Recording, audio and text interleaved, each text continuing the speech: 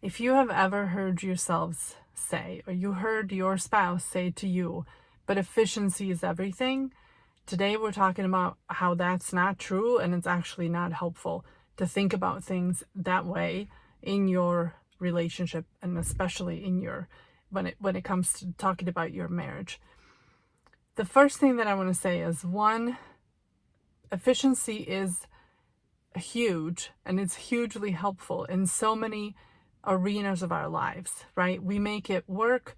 We don't want to get on a plane, and if I'm going to Europe and I'm in the Midwest, I don't want to go to California and then go around the globe the other direction to get to where I'm going, just so that I am on the plane for longer, right? It's bad enough as it is, all those hours, my back killing me, all that stuff happening, right?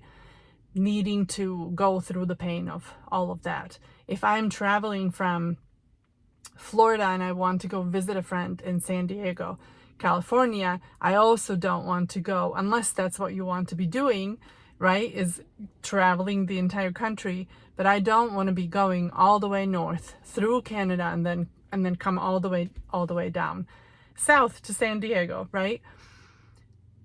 Again, unless that's what you want to do and you're making it into a thing. We want it to be efficient. We want for the projects, we want for the meetings even that we hold, right, at our companies, we want for those to be efficient because we want to move on to the next thing. We want to spend our time in a way that is meaningful to us, in a way that we see adding value to the company or to the people that we're with, or whatever the situation might be. So please don't hear me say, this is not what I'm saying. There is definitely a place for efficiency, and where that is. And even if I don't say it's everything, but where that's a lot and it's beneficial and we love it and we want to sort of juice juice that for what it is, because it's helpful. Now, when it comes to your relationship to your spouse, when it comes to your relationship with your husband or with your wife, and if you've ever been the one on the receiving end of hearing this, you'll know exactly what that feels like, right? When you hear, oh, but that, that's not efficient, or that, if everything is about efficiency when we do the things in our life, right, as a family, or when we do the things in our life as a couple. And I'm here to say that rule actually doesn't apply, and it doesn't serve you very well. And the person that's on the receiving end of that sort of is in disagreement already because they're not saying it, right, can tell and feels it. And here's how I want to position it. If you've ever had a kid come up to you, and even if it's not your own kid, you have a nephew, or you have a godchild, or you have a neighbor kid that you just adore to the bone, right? If you had them ever come and say, hey, I went to camp or whatever, our kids were just gone for a whole week together out of the house, right? When they come back from that thing that they just attended, or this kid comes your way and is like, oh my gosh, say your name, whatever, you're not going to believe what happened to me, or what I experienced, or what kind of a fun time I had here, or what I saw, or what somebody said to me, or what what we were able to see, or whatever it may be. We don't look at them and say, honey, or child, neighbor child, godchild, whatever it may be, cut to the chase, right? Like, just make it as short, make it as succinct as possible. I don't got no time.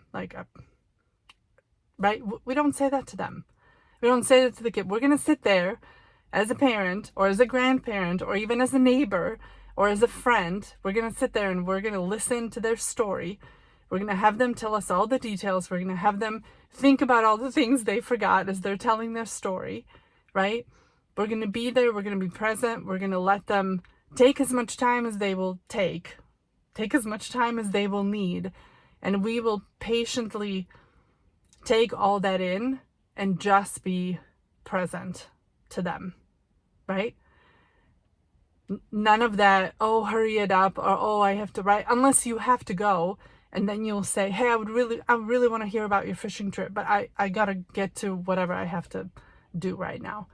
Can you come back in 30 minutes? Or can you come back later tonight? Or can you come back this weekend? Like, we're getting on a plane. I'm sorry, but I have to run. Right? Unless one of those things is happening, and then you communicate that and you make a plan for another time, you're not going to hurry them up. You're not going to be like, I only have this much for you, right? And so what that tells me, or what that tells us, is one, it's not always about efficiency. We want to be present. There's nothing more telling that a person can say to another human, whether it's an adult to a child, or whether it's a husband to a wife, or a wife to a husband. Being able to experience that level of, right, that closeness, that level of attention, that level of, I am here, I'm not doing anything else, and I'm here to hear you, I'm here to spend time with you. My coach many years ago called this the, like, being able to luxuriate together, right?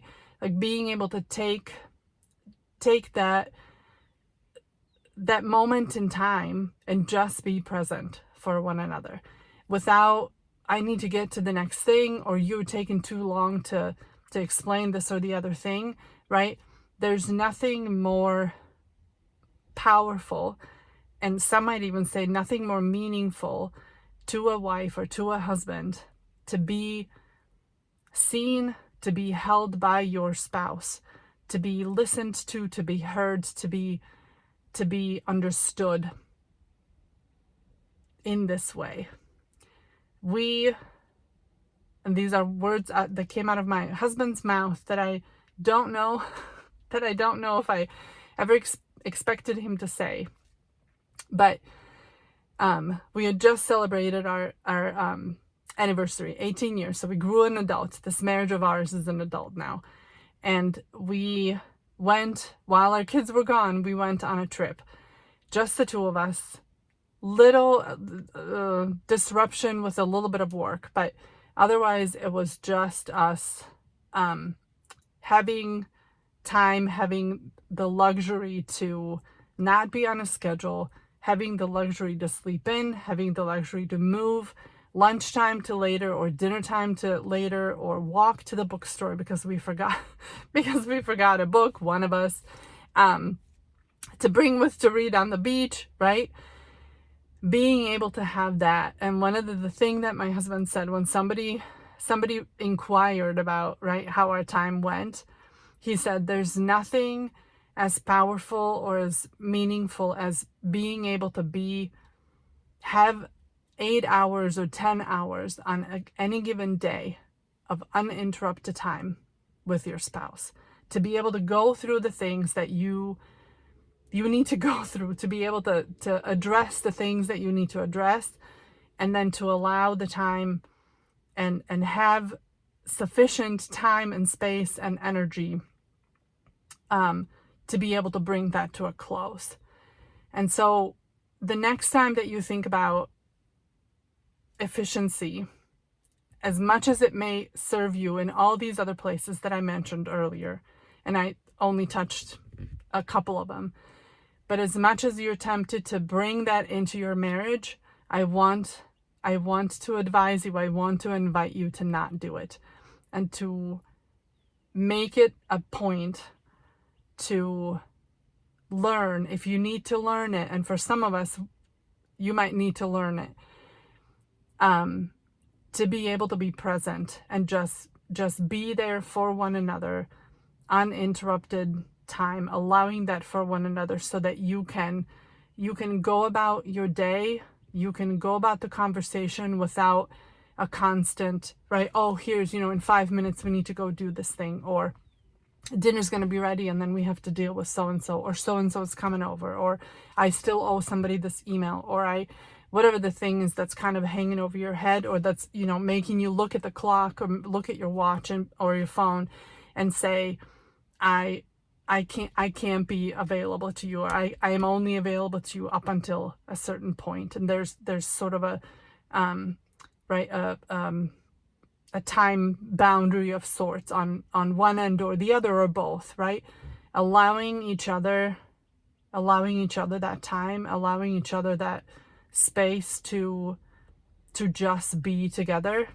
Try it out. If you haven't done it ever, or if you haven't done it in too long, I encourage you that you do, that you find time this summer, or anytime any time of the year that you see this, but that you allow yourself and give yourselves that gift of, I'm just here, I have nowhere to go, I am not hurried, I don't have to take care of anybody else.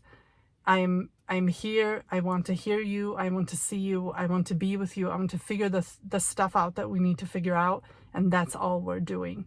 So that's all I got for you today. I'll see you in the next video.